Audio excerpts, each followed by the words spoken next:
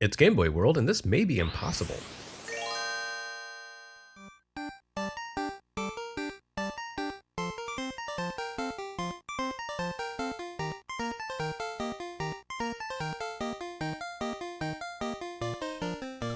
So here's a strange one, a Game Boy port of a vintage PC game. Well, okay, that's hardly novel. We've probably seen a dozen of those at this point. But even so, this latest Game Boy title doesn't really fit the profile of your typical vintage Japanese PC game to handheld conversion. Dragon Slayer 1 is, as the name suggests, an adaptation of the original Dragon Slayer, the first game in Nihon Falcom's long-running Dragon Slayer franchise, which originally debuted for PC-88 in 1984. Although it's been a while since the company has produced a new game bearing the actual Dragon Slayer name, the series lives on to this day through its convoluted family tree. The most recent member of the Dragon Slayer family was released in Japan just a year ago, in fact, in the form of the PlayStation Vita and PS4 action RPG Tokyo XANADU. So clearly there is historic import to Dragon Slayer 1, and it fits the criterion of incredibly old PC game to qualify it for Game Boy conversion. But this isn't really the kind of PC original we typically see on Game Boy. Aside from the occasional odd exception, such as Master Karateka, Game Boy's vintage PC adaptations have all been puzzle games, box-pushing puzzlers like Boxel and Flappy Special mainly. Dragon Slayer, however, is an action RPG. You walk around, you kill stuff, you find stuff, you gain levels. Oh yeah, and one of the central gameplay mechanics involves using a magical ring to push blocks. So yeah, it's basically Sokoban the RPG. More accurately, it's Sokoban meets Atari's Adventure. Developer Nihon Falcom definitely took some heavy guidance from Warren Robinette's seminal Atari 2600 classic here. It basically plays like adventure on steroids. As in that game, you roam a top-down maze in search of treasures, and carrying items to various locations plays a major role in your quest. There's only one dragon though, and the whole point of the journey is to become powerful enough to destroy it. If your only exposure to the core Dragon Slayer series comes from its fourth chapter, Legacy of the Wizard for NES, which is likely the case if you're American, you can see elements of this game in its NES sequel. Just as Papa Zem had to use a special glove tool in order to shift blocks around and reach new areas, here you need to acquire and hold a magical ring in order to push blocks. Likewise, to find and defeat the dragon, you need to use a special warp. Also, you're stuck in a huge maze full of endlessly regenerating monsters and zero sense of mercy. Sound familiar? Your experience with Boxel and its ilk will definitely come in handy here, but the ring isn't the only tool you need to deal with. Dragon Slayer is the tale of an unfortunate adventurer who builds a house in a maze where a dragon lives. That house plays an important role here. You can return to it at any time to restore your health. Your house also serves as the medium for gaining stats. You'll find jewels throughout the dungeon which, when deposited in your home, boost your attack strength considerably.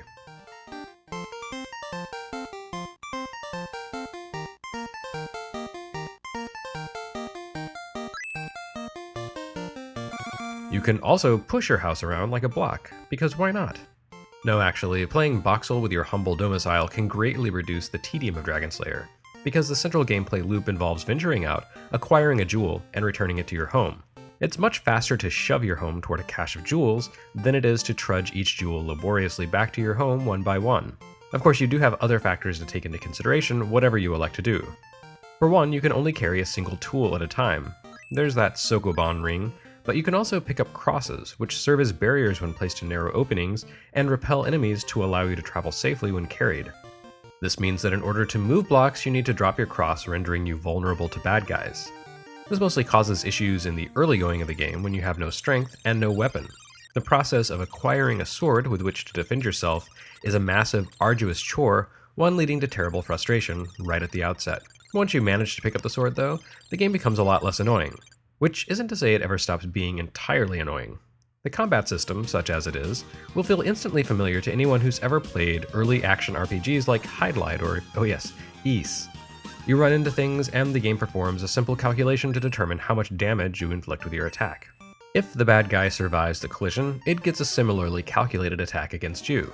It's pretty basic and manageable, right up until the point that you become swarmed by bad guys and the game refuses to give you a chance to attack, game over.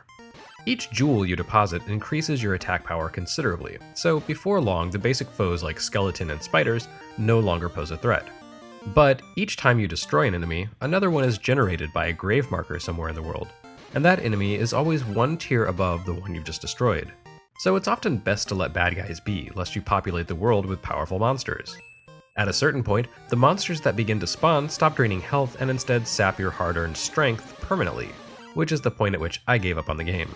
To further frustrate players, ghost-like enemies roam the world. These are clearly inspired by the thief from Zork and the bats from Colossal Cave Adventure and Atari's Adventure. If a ghost passes over an item, it will gather up this item and carry it away to a faraway portion of the maze. This can be no big deal at all if the ghost carries away something like a coin, which are plentiful and provide a one-time health boost, or it can essentially ruin a playthrough if it absconds with your ring or the all-important key that you need to unlock the hundreds of chests scattered throughout the game. Now, you'll find more than one of all of these items scattered throughout the maze, though often you'll need to warp to find replacements, which can lead you into the equivalent of a mystery dungeon monster lair and more or less in an unavoidable game over. So the ghosts pilfering probably can't put your game into an unwinnable state. But it's nevertheless irritating, especially when it plucks items directly out of your hands, because you have no way of knowing where exactly your prized items have been relocated to. This simply adds to the tedium of a game whose basic concept already drags. In fact, Dragon Slayer 1 plays so slowly that many people consider it impossible to beat. According to Hardcore Gaming 101, the movement speed in this version is much slower than that of any other version. Given the amount of backtracking and level grinding involved, HG101 and several other sources claim you can't actually complete the game with a single battery charge of the Game Boy. And since there's no save or password feature, that means you can't finish the game. Unless you use an AC adapter, right? Well, no. I found remarks by several YouTube commenters who claim to have attempted this very endeavor only to have the game overheat their system. One even says it destroyed his Game Boy. Granted, anonymous YouTubers aren't precisely word of God, but their supposed experiences certainly seem to line up with the generally misbegotten nature of this entire product. A sluggish, ancient RPG port with no save system and no apparent effort made toward rebalancing or playability? It's not hard to believe that no one actually took the time to playtest this thing through to the end and confirm that, oh yes, a human could actually conceivably complete this quest. And yet, despite this enormous flaw, despite the repetitive play, despite the fact that this game desperately cries out for a password feature, I can't bring myself to hate it. Dragon Slayer really does feel like a midpoint between Atari's Adventure and more fully developed action RPGs yet to come, and more than that, its repetitive central gameplay loop is weirdly addictive in a Minecraft kind of way. It's tedious, yes, but it offers a clear and simple upgrade methodology that nudges the hindbrain like Progress Quest. Take a jewel, leave a jewel, get stronger, kill more bad guys, repeat. It's deeply flawed and probably impossible to beat except through emulation, but there's something nevertheless likable about Dragon Slayer 1. Not that this should be a surprise. Dragon Slayer was the rock upon which Nihon Falcom built its existence after all. Well, the PC version was anyway. This one you can probably take a miss on.